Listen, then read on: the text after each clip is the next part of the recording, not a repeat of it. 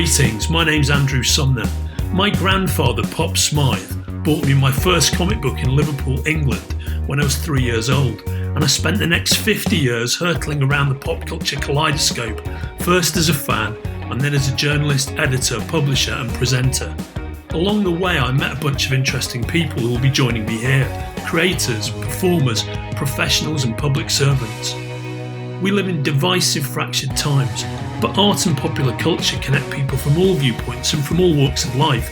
I'm often struck by the passions people enjoy, that they can set aside their differences for and agree on whatever those passions are, whether I share them or not. And that spark, that moment of instinctive, connective agreement, that's what I call a hard agree. I've been fine. I haven't been ill at all. I haven't had it. None of my family have. So, touch wood, so far so good from that point of view. But yeah, it's been, from a professional point of view, it's been the busiest time of my entire career, I would say, which was entirely accidental. Yeah. And that's all as a result of your amazing Draw with Rob initiative, right?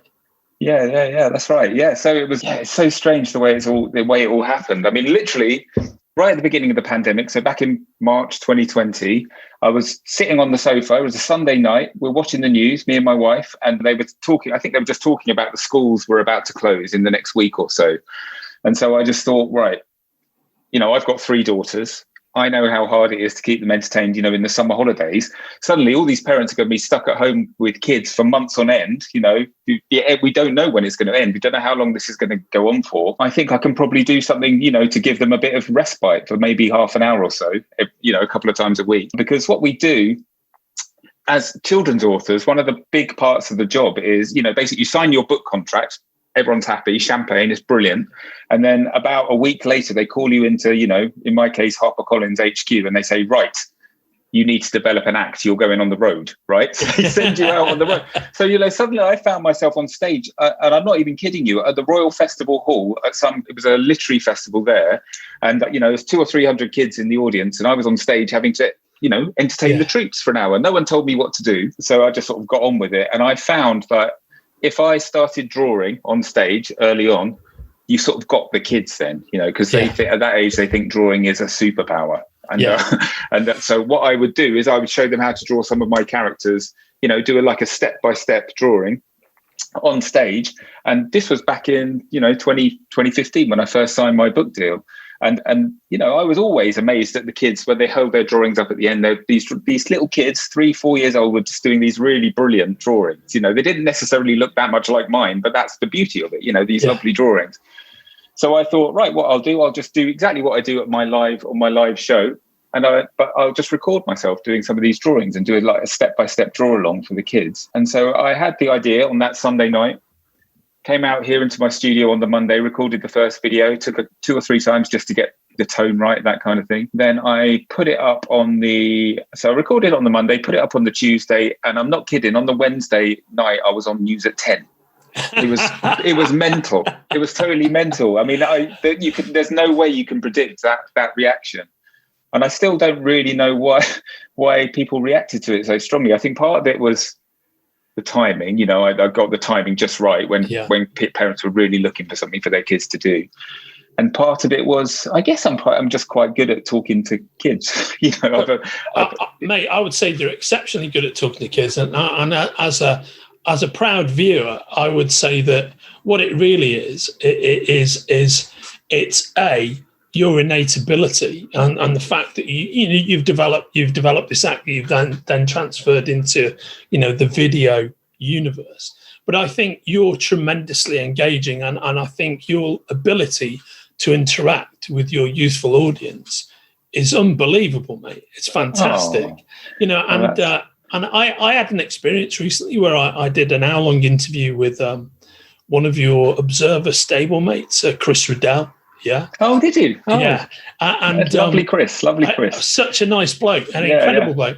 And he's recently illustrated, you'll know this, he has recently illustrated an edition of The Hitchhiker's Guide to the Galaxy. Yes. So I did an hour on Forbidden Planet TV where he came on And Neil Gaiman, who I know, like from the whole comics arena, he came on and talked about Douglas Adams, his great friend, and Chris it visually annotated the conversation. Yeah. And I found myself increasingly not asking any questions because I was just like sucked into the magic, exactly like with your magic, the magic of watching him just create illustrations very simply and quickly. And I was overwhelmed by it. It's like going through the round window in play school. And that's exactly what it's like watching you doing Draw with Rob. It's amazing, mate. And your gift, your ability to touch those kids is second to none. I'm telling you, man. Yeah. Oh, well, you might want to rephrase that, but as it was coming out of my mouth, I was like, okay, that's It's all very loaded era, isn't it? Yeah. It is. But your ability to speak to them is incredible. Oh, that's very nice of you to say. And Chris is unbelievable. I mean, he does these live things on Instagram and on Periscope and things like that, and it's just mesmerizing, isn't it? I mean, I can't. Yeah. I mean, I can draw. I can draw, but I look at him and I just think, I just don't. The way he just, I don't know, it's incredible. He starts in such a small way, and this thing just kind of grows out of nothing, doesn't it? And I love watching it. It's the simplicity of what he does. It seems with only a few brushstrokes, he seems to completely have the character of what he's doing on the page. It's deceptively simple, isn't it? Because it isn't. I can promise you, it's not at all simple. But it's just little things with him. It's the quality of his line, and his mark making is just incredible. And his lovely sharpened pencils. I'm sort of obsessed with the way that he sharpens pencils. He has these huge long leads. And I actually borrowed we might talk about it a bit later, but I've written a middle grade book, and there's a very important pencil in this story. Yeah. I based it on one of Chris's pencils because I'm so kind of obsessed with the equipment and the brush pens and everything that he uses, because he really is the master. And a lovely chap as well. A lovely chap. Now, on that lovely chap note, I'm just going to say, I'm Andrew Sumner. Welcome to Hard Degree. And today it's my privilege to be joined by the man who is the constant answer to the question for me, whenever I get asked it, who's the most talented person you've ever actually worked with directly? And I said, that's really easy. The most talented person I've ever worked with directly is Rob Biddulph. And Rob Biddulph is the best-selling and multi-award-winning author and illustrator of at least 10 amazing children's books. But not only that, in another lifetime, in another era, when I was the publishing director of Uncut magazine, he was the art director of Uncut magazine and one of the most talented people I've ever worked with. Not only that, but Rob Biddulph, who's right here, right now, is an incredibly nice man. And it's my pleasure to see you again, brother, and have you on the show. Oh, mate, I don't know what to say after all that. That's unbelievable. What an intro. I feel like, I've got a lot to live up to. Well, that's so nice of you to say. And I have to say, those years we did a special. I really remember that special project we did together, the Uncut DVD. Do you remember? Oh man, I love that book. I love that. And book. that was one of my not the best times that I've had in magazines, and it was lovely. You were, a rare thing in the publishing world. A publisher is actually a really nice guy and really genuine, because I'm telling you, in my experience in magazines, they were few and far between. So right back at you. Well, you're very kind, mate, and also. That was also my experience in magazines as well. It's a fact. When I look back upon my really rather long magazine career, the thing that typifies it is I always got on, as you know, I always got on really well with my teams. I always got on really well with my editorial team, but with the advertising circulation guys as well. I loved the people I worked with. I had a lot of issues with my actual peer group and the people I reported to, with one or two exceptions. But by and large, I not to dwell on this too much, because like yourself, I'm an extreme positivist. But man, I had some people-based experiences that when I tell people some of the things that I encountered and happened to me, they think I'm exaggerating and go, no, that's what these people are like, mate. It's fucking unbelievable. Well, one day we'll have to go out for a beer and you'll have to fill me in, because I'd like to hear some of those stories, and I've got a few that I can share with you too. Yeah, no, I'm sure you have, mate. And to take you back in that time machine, can we spend just 5 minutes before we get into the fabric of this amazing career you've forged as a creator of children's books and this unbelievable ride you've had over the last 10 years? Can you just talk a bit as to how you got to that point and how it was we came to find ourselves working together at IPC? Well, yeah, it was I was kind of, if we go right back to my school days, I was always that kid at school who was the arty kid, from when I started at secondary school. I drew all the posters for the school plays and all that kind of thing. And so it was kind of predestined in a lot of ways that I would have a career in the creative arts, because, that's what I was really good. I mean, there was two things. Basically, I was good at football. I was a very good footballer, and I was a good sprinter, and I was very good at art. And I was pretty good at all the other subjects in between, but they were my two real strengths. And I did actually, there was a point when I had to choose between football and art, career, actually, weirdly, bizarrely. But yeah, I was always going to go to art college, I think. And off I went to art college thinking I was going to be a painter. That's what I wanted to. I wanted to be a fine artist.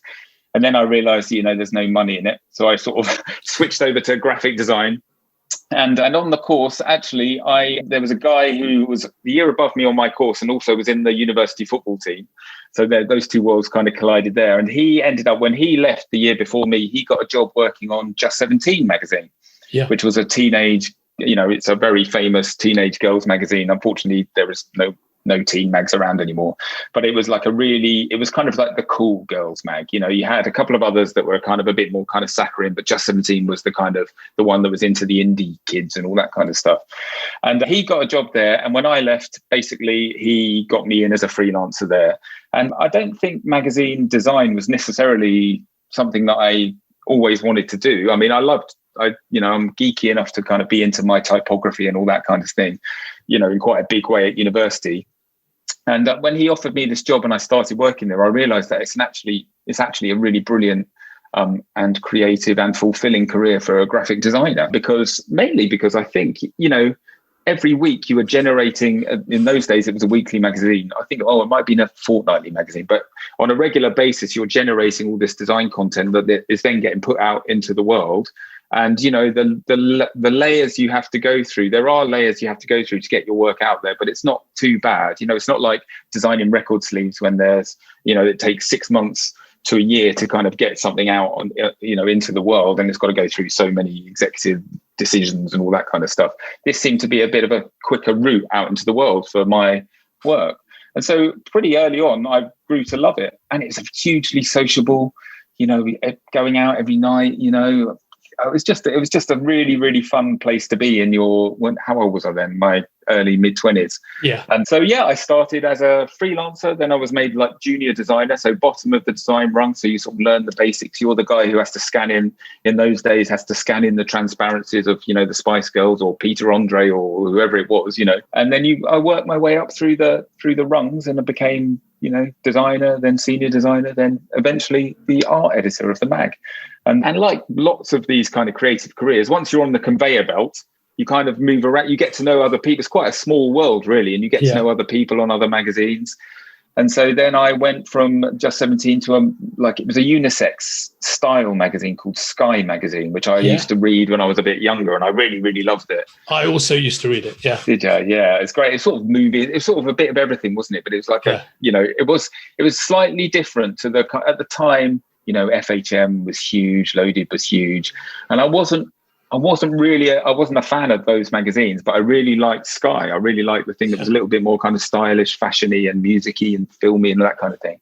So that was kind of my dream job. So I went to Sky, and then from there that's when I went over to IPC at the time. And I did a special project over there. Like it was a kind of we were trying to launch an urban music magazine, and it didn't come to anything, but during my time there, a couple of the bigwigs noticed that I was pretty good at design, and they offered me the art editorship of the NME, which again was a magazine or a paper in those days that I'd read in my youth. And so I suddenly found myself as the art director on the NME, and that's where that's probably where our paths first crossed. That's absolutely where we first encountered each other, mate. Yeah, for sure. Yeah. And that was I don't know, maybe this is a rose tinted glasses deal, but I think that was kind of it was one of, magazines have eras within them that these periods of time which when you look back you think, man, that was a great era. And I think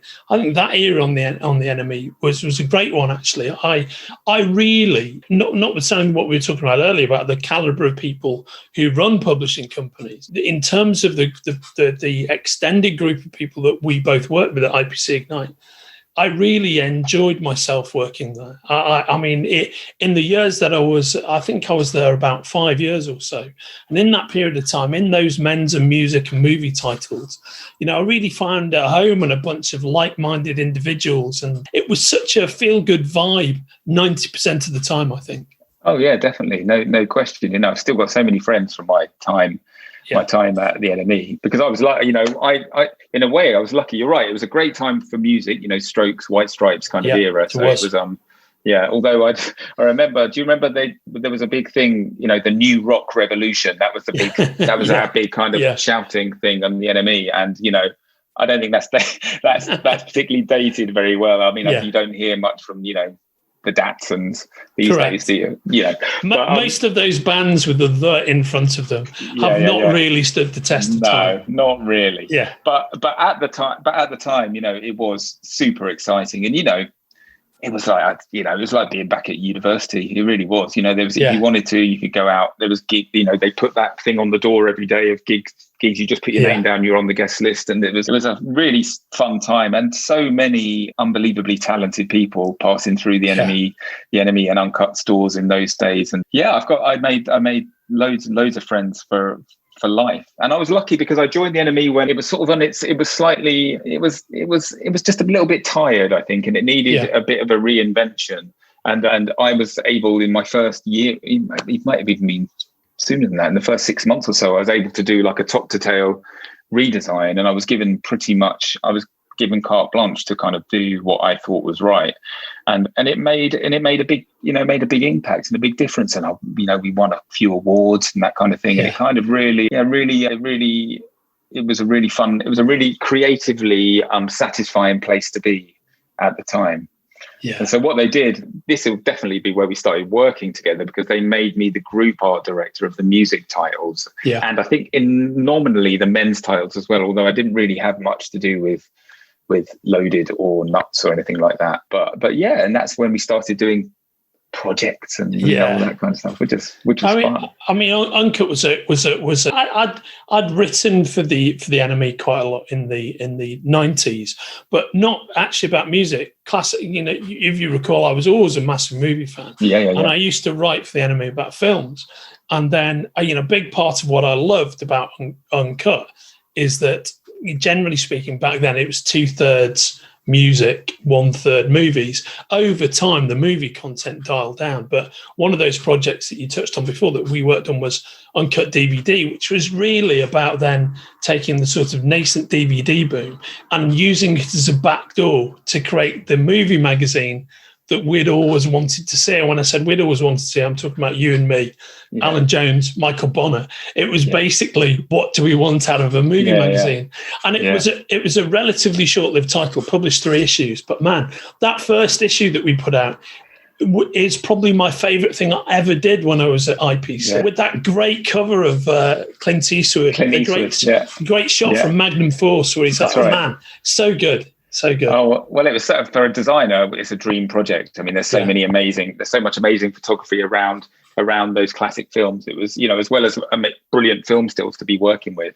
But I remember we did a feature on there was loads of backstage pictures from the Misfits. That's exactly right. Was it the Misfits? Yeah, it was the Misfits. Just these pictures. I mean, you probably knew them. You're a much bigger film buff than I am. You knew these pictures, but I hadn't seen them before. And it was just, and we would do, we would have like 15 pages just full of these pictures with just little captions for a designer is just kind of your dream brief. So yeah, that was fun. That was really fun. I mean, it's a real shame it didn't last for longer, but It's yeah, great. well, it was brilliant. It was brilliant while it lasted. That first issue also had it was around the time that Batman Begins came out, so we also had that Batman article, which is a Batman retrospective, which I wrote and you designed. And again, know, so there was so much light and shadow in that one issue alone, because it was like a crash course in 70 years of cinema.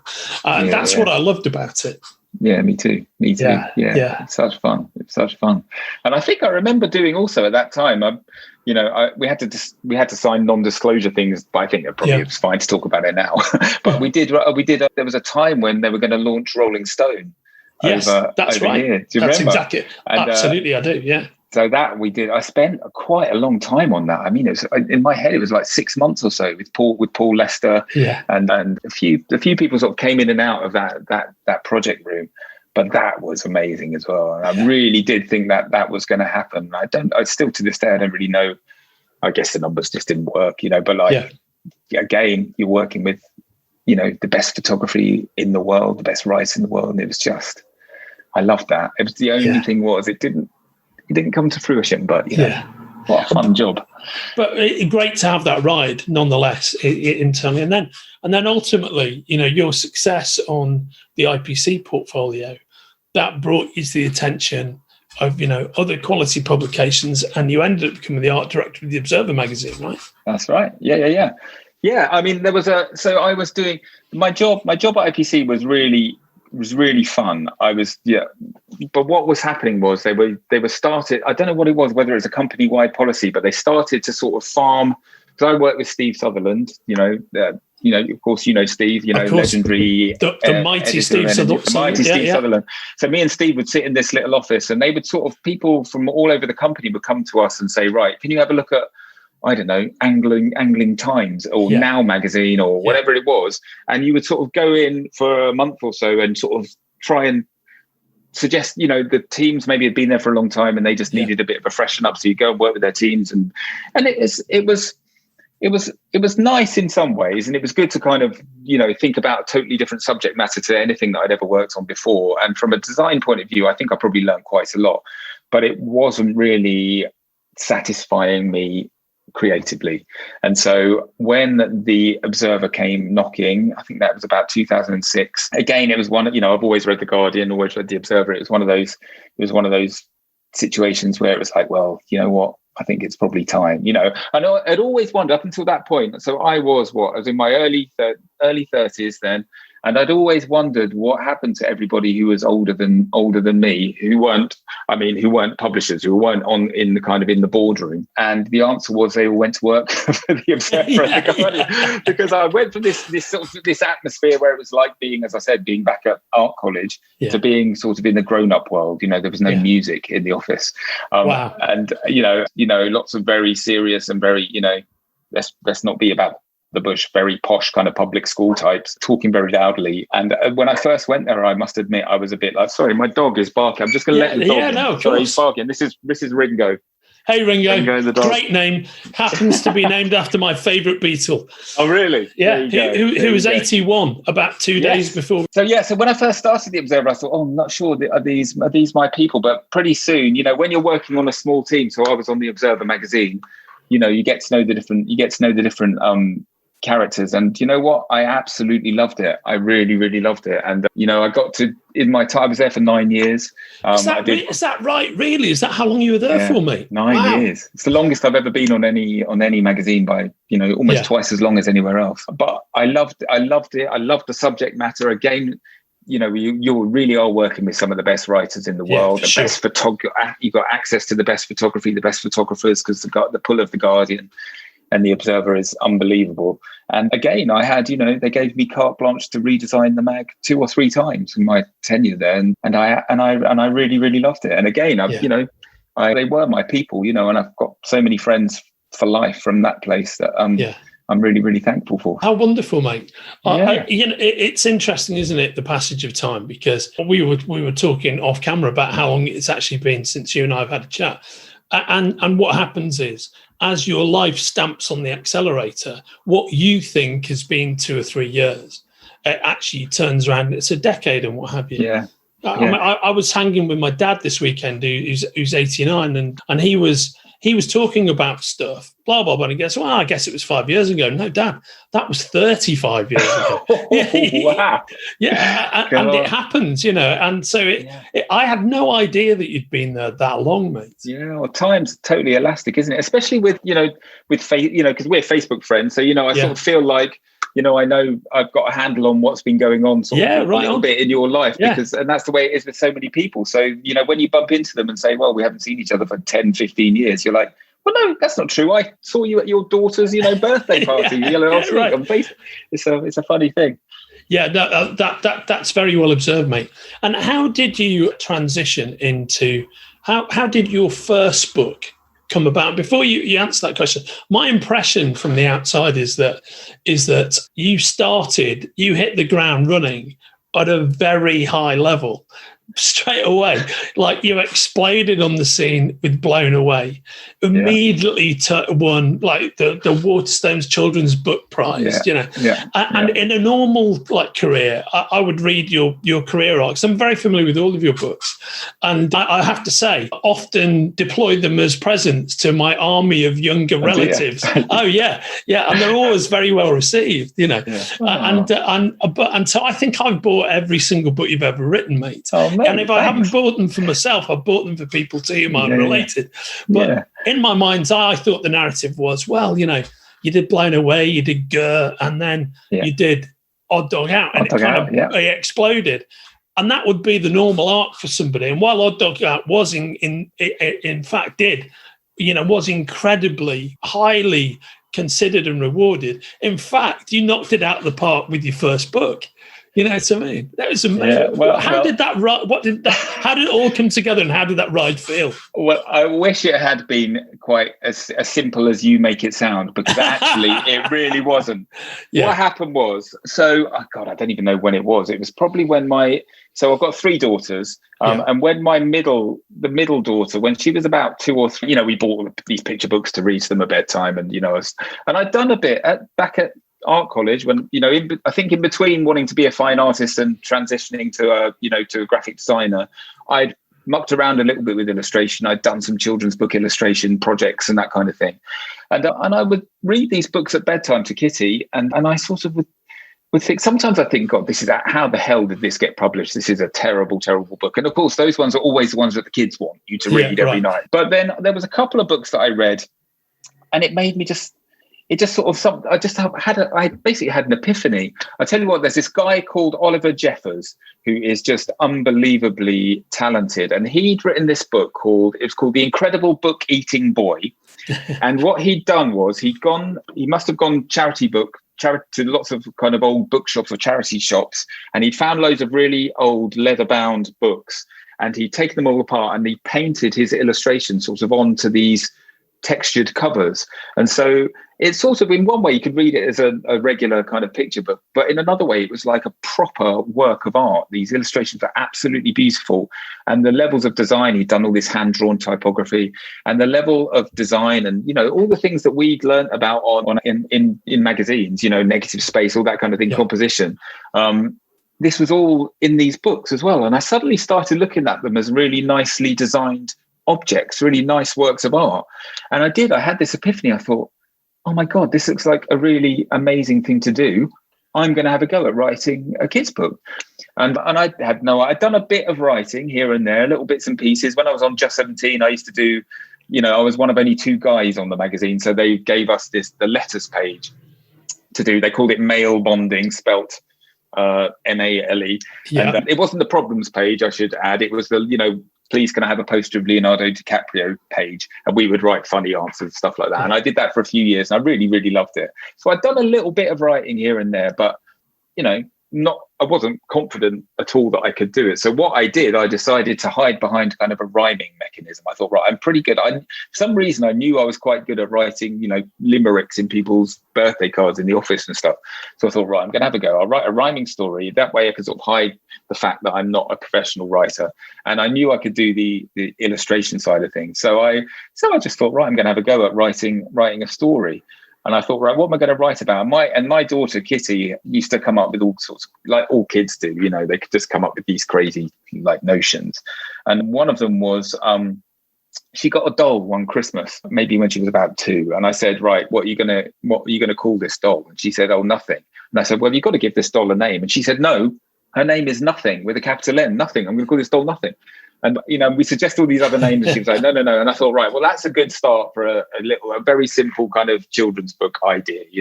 Little girl has a doll, called it Nothing. Sister suggests lots of ideas, and you can write basically wrote a poem, and I illustrated this book around that. And a friend of mine, I knew how it worked. You had to get you couldn't just send an unsolicited manuscript to the publishers, because they just didn't. Basically, they get, it turns out every illustrator wants to be a children's book illustrator. Yeah. So they would get totally deluged with submissions. So you have to find an agent. I looked it up online. It said it's really hard to get an agent.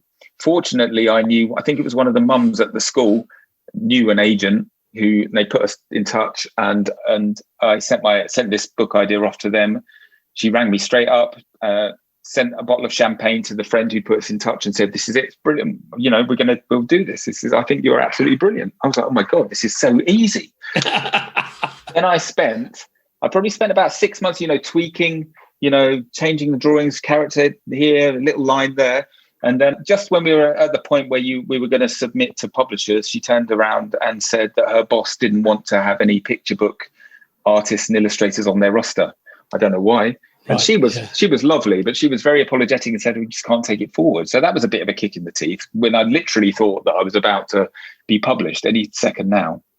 So then I started again. I found another agent. I wrote another story about, this time it was the same daughter had an imaginary friend who would only turn up whenever she was in trouble. So, if she spilt a drink in her room, it was never her, it was this guy, Kevin. Yeah. I said to her, right, what does Kevin look like? She said, right, well, he's really big and furry. His fur is vanilla coloured and he's covered in pink spots. He's got one she started saying all these things, and I was literally couldn't draw it quick enough. It's like, right, is this what it looks like? And then I thought, that's a brilliant idea for a story. The flip, and I had this flip reverse where the child goes into the imaginary world and they sort of become the imaginary friend. And I thought that's a really nice little flip reverse. So I wrote this story and got a new agent. This time we got in the room with every single publisher in London. Literally everyone liked it. And I found myself sort of working up slightly different versions with all of these publishers, but no one would quite commit to signing me. And it was so frustrating. And this went on for about 2 years, literally working up different versions, and I couldn't get this book over the line. And honestly, it was really quite dispiriting to get, in a way, I'd rather I just didn't get anywhere than actually getting so close. And in the end, it was, I just couldn't take, because I was just, you find yourself just watching your email refresh. And it was actually, I don't think it was particularly great for my mental health. So I decided to step away from it. And I took 6 months off and just concentrated, because all of this time I was working on the Observer. So this was all stuff I was just doing in the evenings and at weekends. And I thought, right, forget about it totally. I'll come back in a month or 2 and start again. So again, I changed my agent. I got a new agent whose name is Jodie Hodges at United Agents. She's my current agent. And when I went to see her, nothing against the other 2 that I'd had, but suddenly it was like, I could see clearly. She had a really smart vision for what I should do. And she said, which I don't know why I'd never thought of this before, but she said, right, we're going to take the book that you've written out, this book, Kevin, but I just want you to draw a portfolio of children's book staples. So just draw a pirate scene, draw an alien scene, draw a space scene, things that kids might like to see in a book, and just take that along with you, like a portfolio, like I would have taken along when I was being interviewed for art college. And I don't know, it's so obvious. And do you know what? That's what paid off in the end, because in my portfolio, I'd done like a page full of animals, and I'd done this portfolio in about 2 or 3 months. I was drawing unbelievably quickly. And I'd done this little drawing of this little penguin family, and I can't even remember doing the drawing. But when I took this book around this time, so this sort of third wave of going out to see publishers, 2 or 3 of them said, we love your penguins. We love that penguin family. Can you come up with a story for them? So I was like, right, okay, let's think about it. Penguins, they're a kind of bird, but they can't fly. I'm going to write a story about a penguin who does get up into the sky. I know he can be out flying a kite on a windy day and end up getting blown away with this kite. So I wrote the story in about a week, and I did 2 or 3 of the illustrations pretty quickly.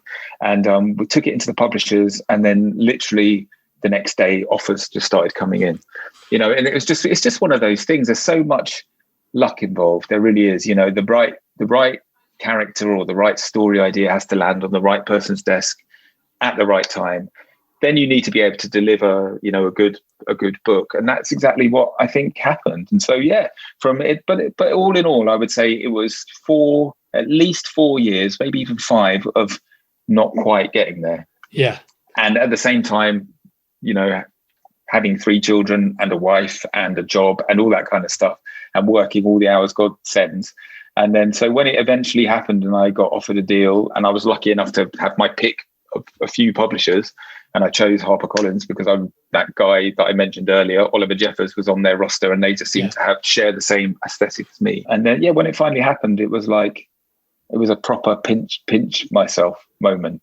And then, as you said, the first book, that book, Blown Away, it went and won the Waterstones Prize, which is just again, so much luck involved, because I know there was one person, that the head children's buyer at the time, who was a lady called Melissa Cox, really loved the book. And I know she really championed my book in when they're sitting around deciding who's going to win the award. She really, really championed the book. And, I'm sort of forever grateful to her, really, because that book, when it won the award, it's in every Waterstones window, a big display, for a month. I was outselling Harry Potter for, only for that month, unfortunately.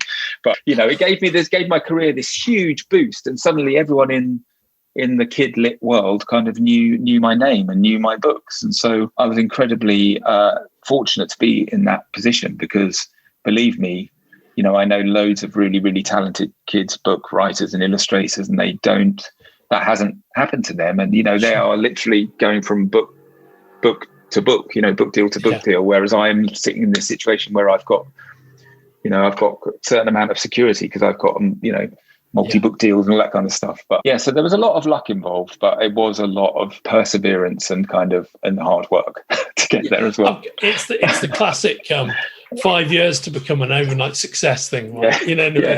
Exactly that. Yeah. But it's a nice world to be in. It's in lots of ways. It's very similar to the magazine world. But I would say overall, people are about sort of 20% nicer and smilier. You obviously a present company accepted, obviously, but it's a very nice world. There's lots of similar, you have your art people and your production people and your editors and stuff, so it felt very kind of familiar and cozy in a way. And so it was a nice, and then the segue from doing magazines to becoming a full-time kids author, that took, I was still at the Observer for the first 3 books, those ones you mentioned, Blown Away, Guru and Odd Dog Out. I was still working full-time, and it was only after Odd Dog Out, which I think the Odd Dog Out, the clincher with Odd Dog Out was it was read by Tom Hardy on the bedtime story. I was going to ask you about this, because you all 3 of those first books got on the CBeebies bedtime story.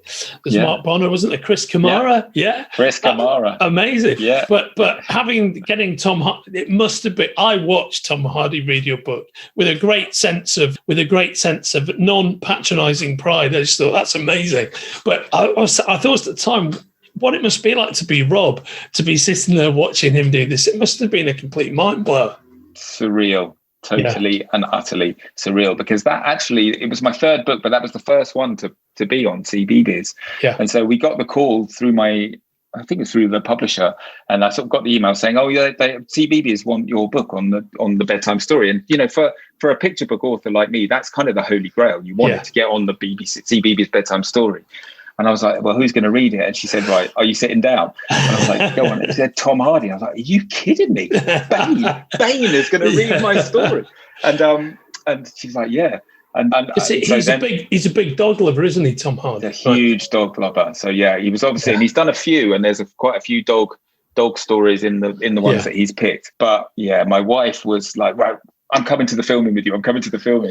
But unfortunately, neither of us got to go to the filming. I think he had pretty much a closed set when he did them, which is fair enough. But I did think when I saw it, they sent me it a week or so before it was broadcast, and I have to say he read it so beautifully. I mean, they, not all of them do. Not all of the celebrity readers are particularly. They're not really tuned into it, but he just read it so beautifully. And and it was quite strange being sort of, because what would happen is a lot of the big Tom Hardy fans on social media would sort of tag me in on the posts at the beginning, and so you'd sort of have this ringside view of kind of what he must, a little tiny taste of what he must go through what every single day of his life, because these women are full on. I mean, they do not hold back. It was unbelievable. It's quite, it was quite eye opening.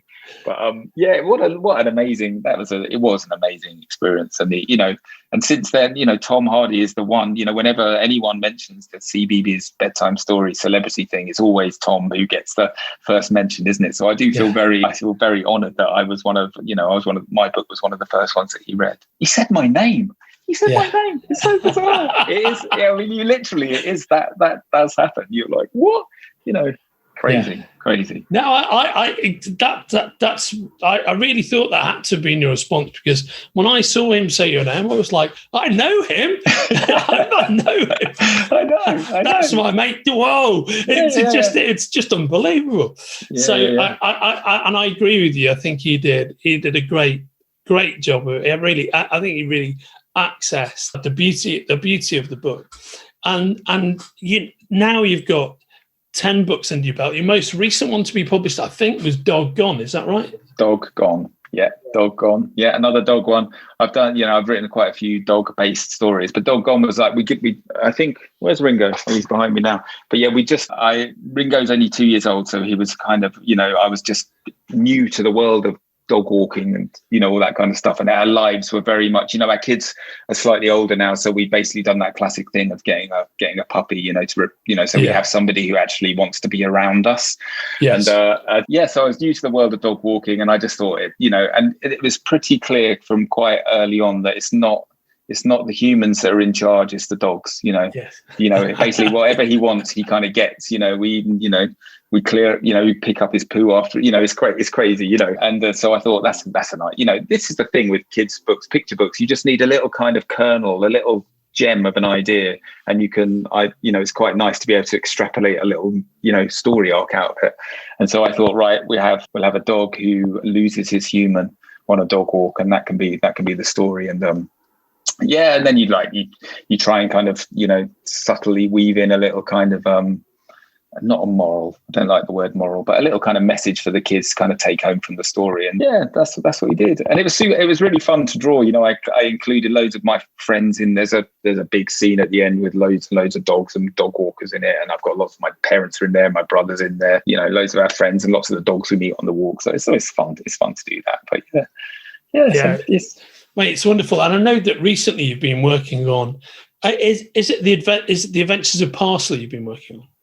Yeah, or is it the herbs itself? Or it is that, but they've called it, I guess, because what they've done, I think, is take the original book. So, Parsley the Lion, for those that don't know, was a Michael Bond creation of Paddington fame, and I think there was a TV series. It slightly predates me, actually. I think it was like maybe the end of the 60s. Yeah, it's totally my era. It was one of those 5-minute stop motion animation type series, done very much like they made Paddington, maybe from a just slightly earlier era. The herbs in the herb garden. There's Parsley the Lion, there's Dill the dog, there's Belladonna the witch, and that it's a thing that I watched constantly when I was about 6 years old. I mean, it's right there in my cerebral cortex, mate. I was blown away when I saw you were doing it. It's like, man, I can remember all the songs and everything. Really? Yeah, lots of people are saying. See, that's the thing. I can't remember the songs. I remember there being a TV show called Parsley the Lion, but it just, for whatever reason, I didn't know any of the songs. I didn't really know the characters apart from Parsley and Dill. They were the only two that I remembered. But it was, again, what an honor to be asked to illustrate the book. I did get to meet Michael once, about a year before he passed away, one of the, the HarperCollins summer parties, because obviously we shared the publisher. And he was just the nicest chap. He was very, all these guys who are, the kind of the classic picture book authors that I've met. So I've met him, and I met Judith Carr, who wrote The Tiger Who Came to Tea, and they're just so generous with their time, and they're so they knew my books. Again, this thing where you just can't quite believe that these people have read your books. Yeah. And he was just such a nice chap. So when they asked me to do it, which was about a year or so after he died, of course I'm going to say yes. So it was a total honor. But and I think actually the fact that I didn't really know the TV series too well actually worked in my favor, because, there were certain things in the book that had to be tweaked for a modern audience, let's say. I understand. And so I was slightly worried, because I obviously redesigned all the characters from the way that they looked in the TV show. And I was slightly worried that certain kind of diehard fans would take against it. But actually, it's been as far as I know, it's been really well received. And it's a really lovely object. They've done amazing work with the production values, lovely kind of Wibbelin bound hardback with, lovely foils and all sorts of things like that. Full color illustrations throughout. So there's a lot of Rob in that book. I put a lot of work into it, and I'm really proud of it. Amazing, mate. Just amazing. And I think people do really understand when you've got to take something and usher it into the early 21st century. I think everybody gets, why you have to do those things.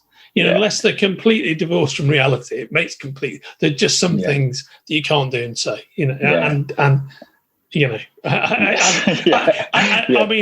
we've all had those experiences of reading children's books, rereading children's books of yesteryear, and it's like, yeah. I'm not sure I would have given the dog that name, Enid. Exactly. It's the dam buster syndrome, mate. Yeah, you know what I mean. It's exactly that. Yeah.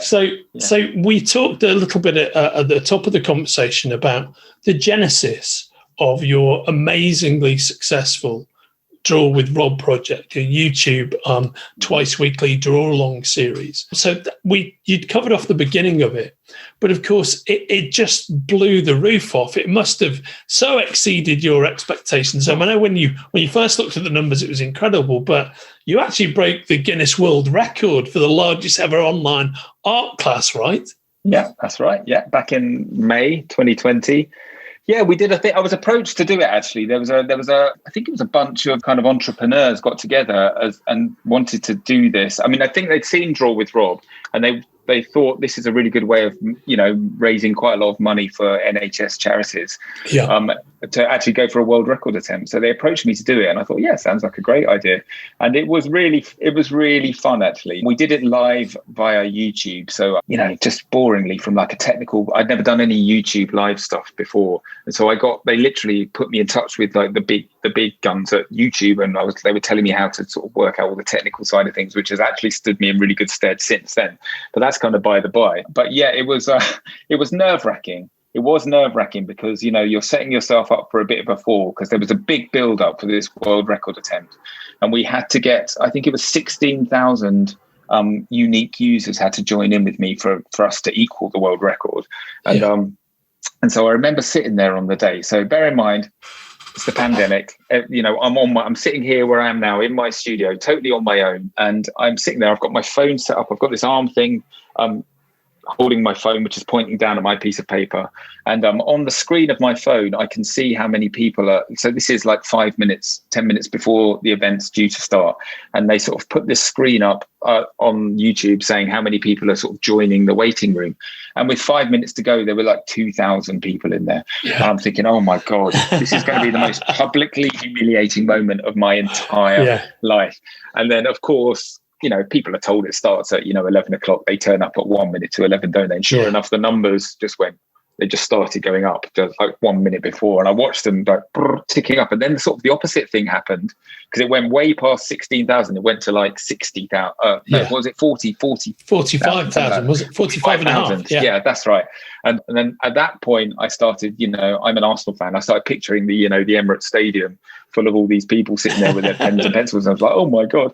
And I had one of the organizers sort of in like an earpiece.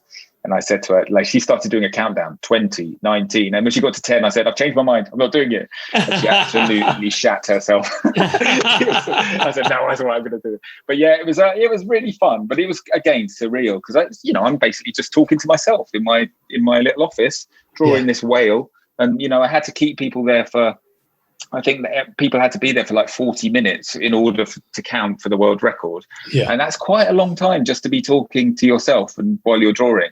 And so, my voice did start to go a little bit at the end. But in the end, we had 45,000, I think it's 45,000 households, which we reckon was about 120, 150,000 people joining in with me live. And it's even now when I take the dog out for a walk, I see the little drawings of the whales still, they're sort of bleached by the sun, but they're still stuck in people's windows. And that's, again, it's just quite surreal. The whole Draw with Rob thing has been weird. I think that's the word I would use. It's been very, very strange.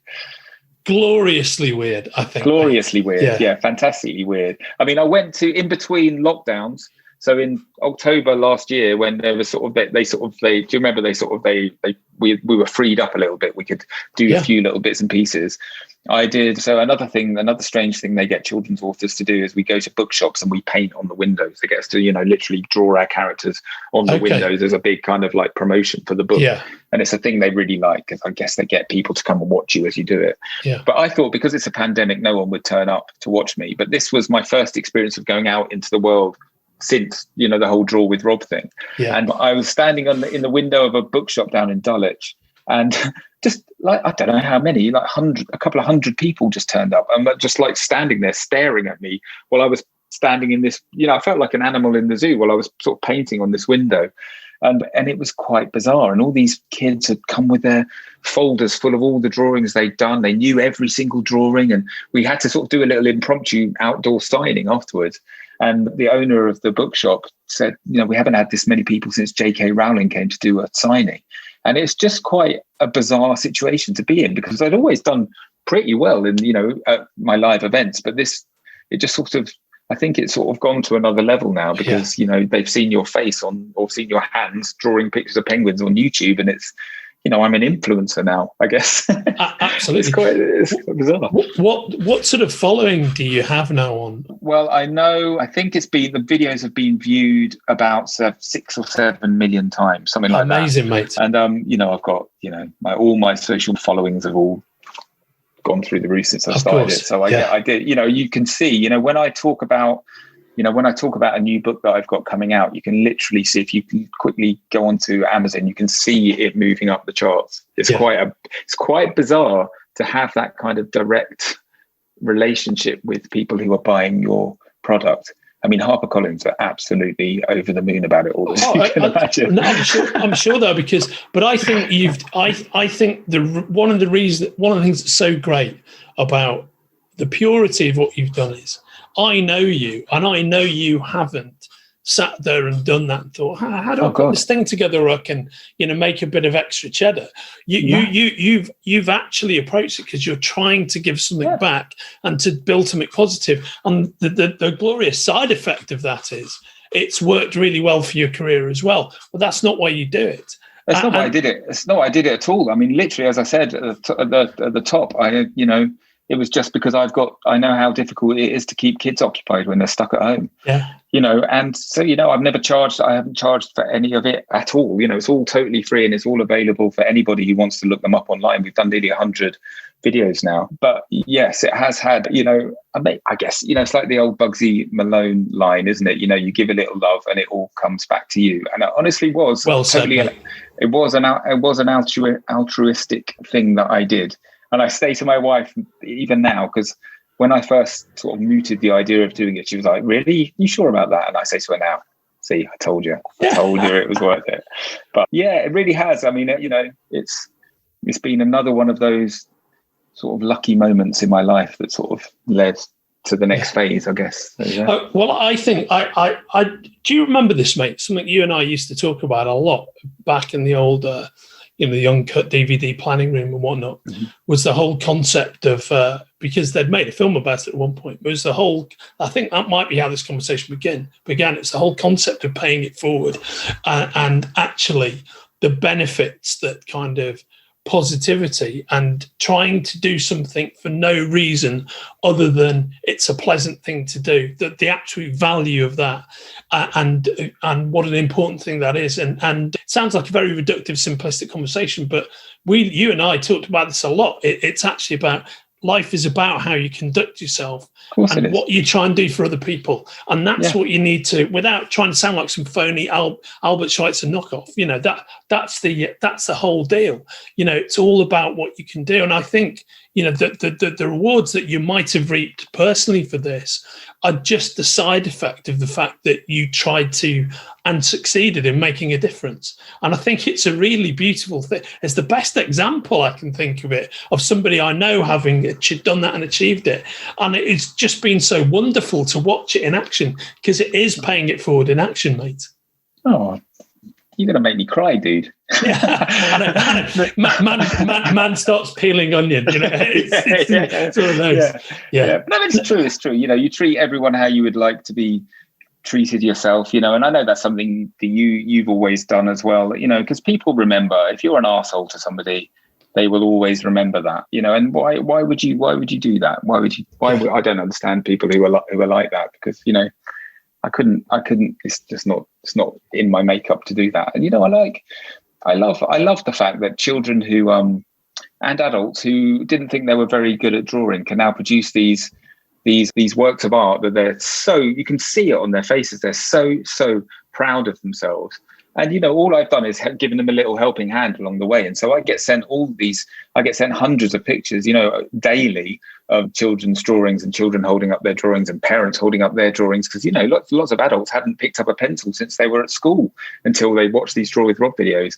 And it really, especially during the pandemic, my social media feeds were a little kind of oasis of kind of joyous pictures in what was quite a kind of despair-filled landscape at the time. And that's what I feel most proud of, actually. And when I get to meet, hopefully when I go out and start doing events again, I've sort of very slightly started doing a few bits and pieces here and there. And it's I feel so sort of humbled when the kids come up to me with their folders full of drawings. It makes me feel, I've never felt as proud of anything as I do of the whole Draw with Rob kind of, hopefully, the legacy that it can leave. Quite right you say, mate. And it's already yielded, correct me if I'm wrong, 3 activity books, right? There's the original Draw with Rob, Draw with Rob, Build a Story, and my personal favourite, Draw with Rob at Christmas, my favourite time of the year. Christmas, my favourite time of year. Yeah. So, that was fun. Yeah, we've got a new one. I've got a new one coming out in a couple of weeks, actually, which is called Monster Madness. But the reason we did the activity books is because basically kids were saying, I was getting emails every day saying, can't you do a video every single day? And I was like, well, no, it takes a long time. It's not so much because I record them all in one take. So it only takes, half an hour to do each one, but it's you edit them and you then have to post them out on social media. It's taking up a lot of time. And I was like, well, I've got my book contract hasn't stopped because of this. I'm doing this at the weekend. So we decided to make some activity books so that there was, if you wanted to do one every day, you could pick up the activity book and do another bit of drawing.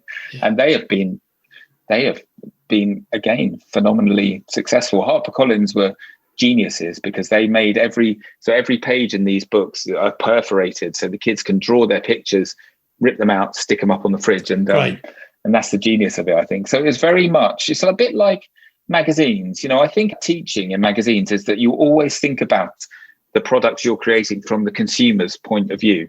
So it has to be useful from the consumer, whether that's the way that you phrase a cover line or a stand first or whatever. You're thinking about how somebody who hasn't read this feature before will respond to it. And I think that's the biggest thing from the magazine world that I've taken into the children's book world. And it makes a huge difference because I don't think everyone kind of thinks like that. So doing something like thinking about the pages being perforated so the kids can draw on them is thinking about how a consumer will want to use that product. And the Draw with Rob video, lots of other authors did videos too, which were brilliant, but there was quite a lot of, camera on the author's face and them talking a lot about it. Whereas I didn't do that. I just put the camera straight on the bit of paper and my hands and got straight into the drawing because that's what the kids are there for. They're not there for you to rabbit on about yourself. So I think that's something that's come from my magazine schooling with the likes of you. Yeah. Oh, mate, you're far too kind. I'm not even sure that's actually true, but it's very nice of you to say it. Mate, I've got a question about your look. Yeah. So is that the Rob Biddulph Draw with Rob equivalent of the Batman costume? Yes. This is Batman, and Rob Biddulph I know is Bruce Wayne.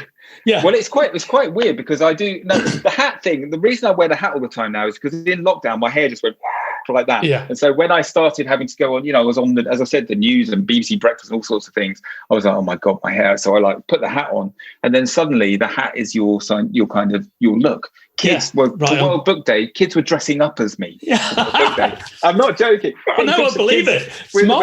They drawn on like grey stubble and glasses and a little cap, and that was it. And it was me. And I was like, do you know what? It does look like me. Yeah. So now this is kind of my costume, and it's a weird thing, isn't it? But it does also. It's quite nice because you put it on and you sort of. I mean, the glasses. I have to wear the glasses all the time now, but the hat. It's sort of like I feel like I can hide behind it a little bit. Yeah. Because I do get weirdly. I sort of find myself occasionally getting reckonised, which is bizarre. Of course. Yeah, it's bizarre. Mate, you're fucking famous. That's where you get recognised. There will come a day where you just have to accept it. And then, when you're getting that OBE, when you're getting that knighthood, on that day, I want you to remember these words. I remember someone told me I'd have to accept I was famous one day, and now is that day. When I'm there on the other side of those gates, waving and clapping, getting Rob Biddulph for world president. That's when you've got to accept it. All right, I'll remember it. So, mate, what's with this, glorious embarrassment of positivity riches that you've got? The very positivity bomb that's your career now. What is it you're working on at the moment? Well, what I'm working on now, so I've written the big thing, I guess, is I've written a novel, so a children's novel. Amazing. So it's a kind of the step up from picture books to kind of like chapter books. And I wrote it, God, 2.5 years ago, I think I wrote it, and we sold. It was one of those things again. When I first did the picture books, I had no idea if I could do it. I had an idea for a book, and I just sort of wrote. I didn't. There's no rule book you follow. I just started writing, and I sent it sort of nervously. It was a weird thing. I somehow got 2 or 3 months back in my schedule, which is very unusual. So I thought, right, it's now or never. Wrote it, sent it to my agent nervously, thinking she might tell me that it was totally useless. But she said, no, it's really good. We're going to send it out. And then another one of those weird things, basically all of the publishers wanted it. And there was this big, exciting auction for it. And eventually it was signed with Macmillan. But as I said, I signed the deal 2 years ago. So it's the lead times in middle grade books, which is what they call it, is much kind of longer. And so it's a trilogy, and the first book in the trilogy comes out in September, at the beginning of September, and I'm really excited about it. It's called Peanut Jones and the Illustrated City. And it's sort of based on a few little things that have happened in my life with my kids. But essentially, the nub of the story is it's about this girl who finds this super old, super cool pencil. And she realizes that whatever she draws with this pencil sort of comes to life. So, she draws an apple, she can pick that apple up and she can eat it. And so then one day she decides, well, what happens if I draw a door? And of course, she draws the door, and then she opens this door and she walks into an illustrated world. So it's a bit like that aha video that takes and so then there's a missing dad, and there's a bad guy, and there's all sorts of things that happen in the story. And I just really let my imagination go, and I just kind of wrote it. And I'm really excited. It's been so far, we've sent the proofs out, and it's been really, really well received. So we've all got quite high hopes for it, and I'm quite excited about what's to come for Peanut and her little friends in these adventures. So so I'm currently writing the second book as we speak. That's what I'm doing at the moment, and it's a nice change of pace for me, actually, because usually it's the picture book text. So you sit there and you're writing rhyming couplets for 2 or 3 months, and then fully on down with the kind of like the drawing side of things. And when I'm illustrating books for other people, it's like 3 illustrations a day, bang, bang, bang. But now slight change of pace, because I'm 500 words a day, 1,000 words a day, out in the garden on the laptop. It's quite nice. I'm enjoying this period. But so that's the biggest thing that's happening. And then I've got my usual schedule, because I've got a chart up on my wall here in the studio, and I've sort of got my time blocked out until the end of 2024, believe it or not. So I know I totally believe it. So I've got another picture book coming out at the beginning of October. Got another, as I said, Draw with Rob book coming out in a couple of weeks' time, and a few other bits and pieces here and there. And of course, then in the autumn, the live circuit is kind of kicking off again. So I'm doing all the festivals. I'm doing Cheltenham and Bath, and God, I can't remember. Am I doing Henley? And I don't know. I've got full tour. I'm doing a bit of a northern bookshop tour at some point to get myself up north. Yeah. And so I've got loads of stuff going on. So it's all, it's exciting times. Mate, it's wonderful. I can't wait. And Peanut Jones is going to be a trilogy, right? It's going to be a trilogy. Ongoing adventures for her. Ongoing adventures. Well, I've kind of mapped out the 3 books. We've got, you've got your New Hope, you've got Empire Strikes Back, and you've got the Return of the Jedi. Brilliant. And so, yeah, it's exciting. And there's a few things happening around it that I'm not really allowed to talk about, but I've sort of might have mentioned to you. And so, yeah, how exciting, how exciting it is. Yeah. 100%. And I can just see where this is going to go for you. And I couldn't be more excited. And Rob, before we say farewell to each other for this episode of Hard Degree, can you just talk me through one of my favorite side projects of yours was your Post-it notes? Can you just talk a bit about that? I absolutely love that. Yeah, that was it fun? Yeah, I think it was fun. So what it was, it must have been a millstone around your neck at one point. Yeah, it was a bit. So what happened was, youngest daughter, Poppy, she was starting at primary school, and what they do where we live, at least, is they start you off and you do a week of just going in for the morning. So you go in from like 9:30 till 11, then you come home for the rest of the day and you'd have your lunch at home and whatnot. Then the next week you stay in for lunch at school and you come home after lunch. It's a way of, easing the kids into a full school day. Anyway, Poppy was really nervous about staying at school for lunch. So it was our childminder, Leanne, actually suggested, well, why don't you draw her a little picture on a Post-it note and stick it in her lunchbox on that first day? So, she gets a little message from Dad and it might cheer her up, while she stays at home, while she stays at school and it has her lunch. So fine. I thought I drew a little picture. I can't remember what it was, actually. I think it was like a Mr. Man or something. Drew this picture, stuck it in her lunchbox. She got home and she said, "Thanks, Daddy. So what are you going to draw tomorrow?" So I was like, So anyway, draw one tomorrow. And in the end, I ended up drawing a picture on a Post-it note for every single day that she was at primary school. So we reckon it was over 2,000 Post-it notes that I did. And what happened was, of course, the first few are really, literally drawing them on the road, walk on the way to school, drawing little Mr. Men or terrible little drawings. But what happened was more and more people started seeing them at the school, the dinner ladies and the other kids and the parents and whatnot. And so I was like, oh God, I better up my game here a bit. So I started putting in a bit more effort. And that gradually kind of got more and more ridiculous throughout the years. And then the other thing that happens is, after you've done like maybe, 400, say, you start running out of things to draw. And so I started having to come up with kind of themes. So I would do like an A to Z, where I do like a week of characters beginning with A and B. And that would just help my thought processes, work in terms of, what I was going to draw. But then you sort of start running out of themes. So I found myself at one point doing the great artists. So there was one that, and of course what happens is you sort of forget to do it, because I tried to do them the night before, and then you sort of remember at 11:30 after you just finished watching, your episode of, The Wire or whatever it is. And then oh my God, I've got to go and draw the Mona Lisa on a Post-it. And I'm not even joking. You can see them all. If you go to my website and look them up, you can see what I mean. I was producing these little 3x3 inch works of art for my daughter. And then, as she's getting older, I would say to her, so did you like your drawing today? And she was like, what was it? What was it again? And she, but everyone else around it, all the, the teachers and everything were like, oh my God, we love your Post-it notes. But and then of course, I started posting them every day on social media, and it went a bit viral, it was on the people ABC started doing requests and why didn't you accept and all that kind of thing. I remember there was a few. I remember you commented. I did one of Dick Tracy. I remember that. You commented absolutely on that. Right. Yeah. There were a couple that I was really that really drew me in, I couldn't help but comment upon. Dick Tracy was one that really stuck in my mind, because you really nailed it, mate. It was brilliant. I was getting pretty good at, and of course, I'm copying other people's drawings, you're sort of looking at someone else's drawings. But it was, I did the cover of The Killing Joke, that Joker. You did, that's right, yeah. And that's a comic I really, really love. So actually, but I didn't read it until I don't think I read it until I was, a grown up. So when you're a grown up, it's harder, because when I was a kid, I used to just copy my favorite comic characters all the time.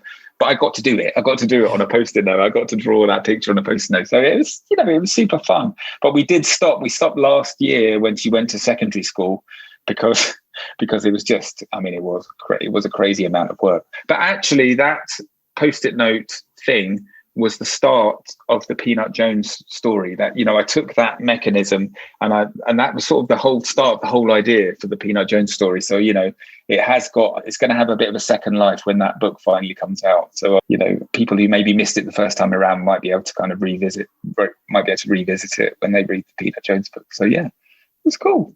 Oh, mate, that is absolutely fantastic. And that is a perfect moment for us to close out on. So, mate, I just want to say that it's so great getting the chance to chat with you again, to talk to you about your amazing career. And actually, you know, your whole way of life is the hard degree moment for me. I'm totally 100% behind everything you've done and achieved. And I look upon it with, a sense of, you know, tremendous like warmth and respect for the whole thing you've done. It's just so amazing, mate. I'm so pleased that you're in the space that you're in, doing what you do. And I just can't, every time a new Biddulph project comes out, I just can't wait to see it, mate. Oh, dude, you're too kind. Well, you know what? It's been so nice to talk to you again after all these years, you know, because I've listened to the podcast. It was lovely to hear your voice again, actually, you know, on the podcast. You know, it's so familiar. It's all kind of so familiar to me. And as I said, I've been keeping up with what you've been up to on Facebook, but it's nice to actually be able to have a little face-to-face interaction with you, because it's been far too long and we need to go out for that pint soon. That's exactly what we'll do, mate. I feel a late summer pint is in our almost immediate future. Yes, you are on. Looking forward to it. Yeah, looking forward to it, brother. Rob, you take care of yourself. Have a wonderful evening. And thanks so much. I'll see you soon, mate. See you, dude. Nice to see you. You've been listening to Hard Agree. This episode was edited by John Horsley and Kenrick Regan, and our theme music, Golden, was written and performed for this show by Liverpool's finest band, Denio. Hard Agree is a production of the Spoilerverse and myself, Andrew Sumner.